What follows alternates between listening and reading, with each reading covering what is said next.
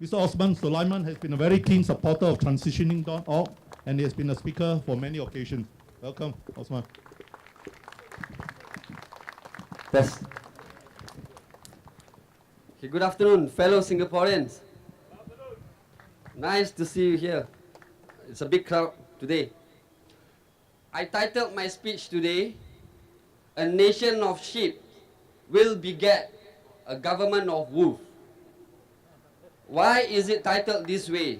Because from the current situation, I see that it is describing our situation aptly today. The saying means that as an electorate, we cannot be the sheep. Because if we become the sheep, we will be taken over by the wolf. There's a need for eternal vigilance on the side of electorate to keep our government in check. At the present moment, conflict of interest, the separation of powers are all blurred out. The recent case between Lee Hsien Loong and his sibling is not just a matter of Lee Kuan Yew's will. There's an allegation of abuse of power. And this allegation doesn't come from any Tom, Dick or Harry. It came from the Prime Minister's sibling, which are privy to information that is not available publicly. Supposingly today, the government charged me for radicalization or terrorism.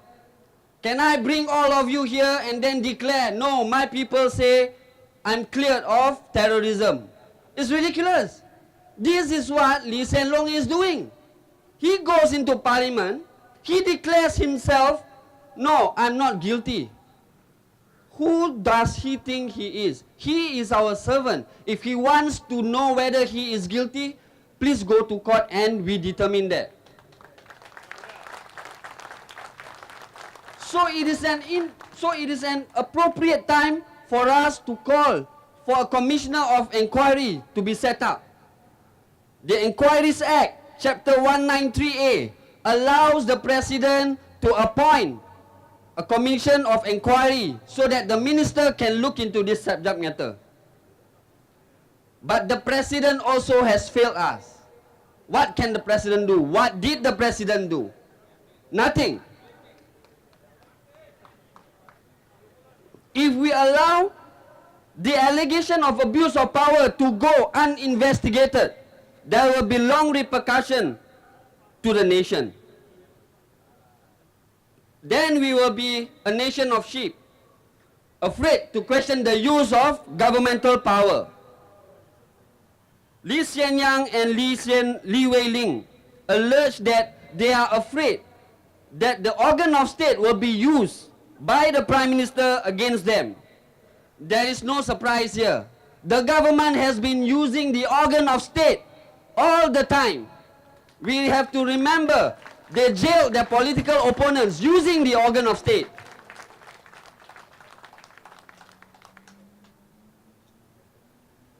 So this fight against corruption, against nepotism, against cronyism, against the abuse of power, this fight belongs to all of us.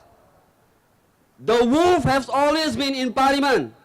Today it has started showing and clawing at us. Recently, Mr. Shanmugam has said that the government will continue to keep its ability to amend the constitution at will and without vote. And what year are we living in? In the 60s? Isn't democracy is about voting? Why don't they take a referendum on very serious matters? Why are they just shutting us out and then declare in parliament, no, we are going to do this and this? Aren't we part of the democratic process?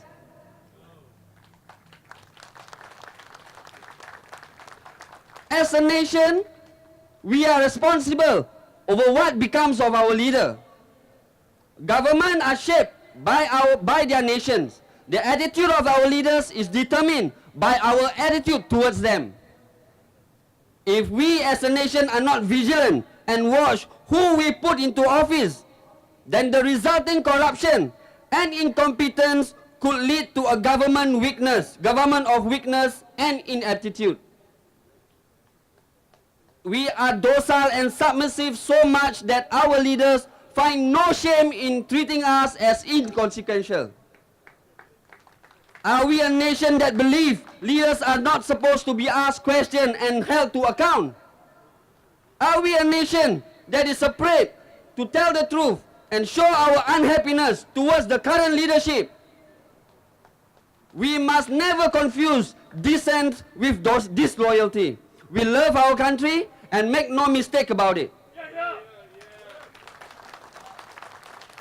And what kind of a nation are we to be snoring while the leaders are busy robbing us of our rights?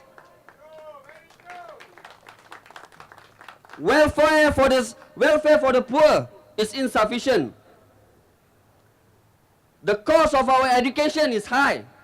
Healthcare is becoming unaffordable. But yet, we allow time and again for the government to bring in more cabinet ministers at astronomical high cost. A puppet president who don't work for us and who are paid millions of dollars of salaries. Why are we allowing these policy makers to screw our life? Government exists for the interests of its people and not the opposite. And the duty of a patriot is to protect this country from a rogue government. That patriot is me and you.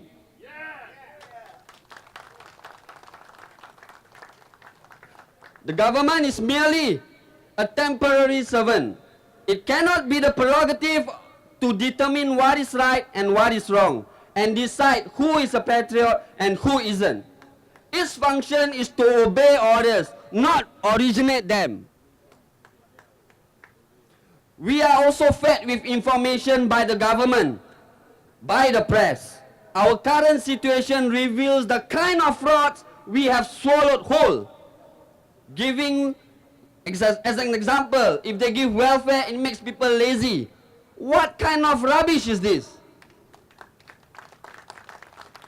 This government, for half a century, has put out misinformation, no information, secrecy, and it has produced gigantic waste and mismanagement of our country.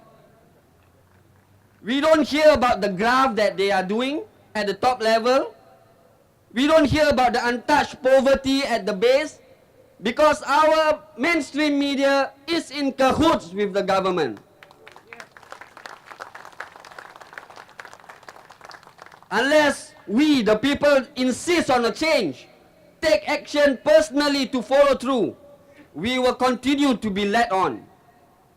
Our rights are not shredded overnight. It happened through years of indoctrination by our mainstream media.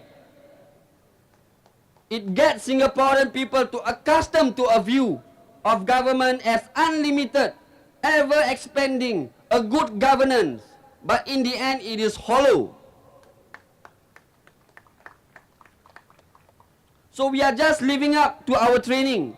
The purpose of training citizens to become sheep is to make the world easier for wolf. See, wolf come in two varieties, the lawmaking and the law breaking. So it is not a coincidence that the nation has among the most laws, and in the world we have the highest percentage of its population in prison. We need to recognize that we are being led down by a very dangerous path, and that the cost of following without challenge is the loss of basic freedom that facilitated our pursuit of happiness that define us as a nation. If we continue to be silent, these wolves will slowly tear us piece by piece.